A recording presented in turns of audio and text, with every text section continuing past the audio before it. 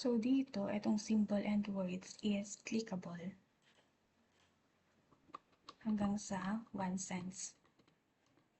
Ayan, clickable itong symbol and words. And then, dito naman, ito yung kanilang mga naipong pera. So, si Ethan, the first one. So, ipapasolve nyo sa student tong numbers na to or yung pera na to. And after that, to reveal the answer, click the piggy bank.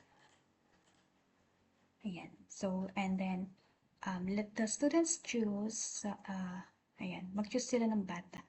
So, for example, sa Trixie, basta to reveal the correct answer, click lang yung piggy bank. And once done na lahat tong mga batang na to, click the smile icon here sa baba para mag-proceed siya sa next slide.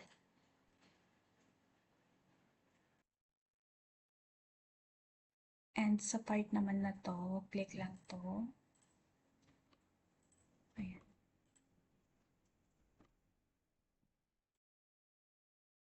Then dito naman, ito yung kanyang panto. Tapos ito yung kanilang sasagutin.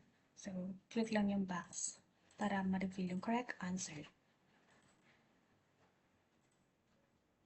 And dito naman sa group activity, clickable tong mga to. Ayan.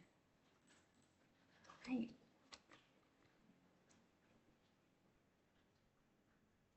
So, for example, tapos na. Tapos na yung group activity. Click mo lang tong arrow button para mag-proceed siya sa next slide.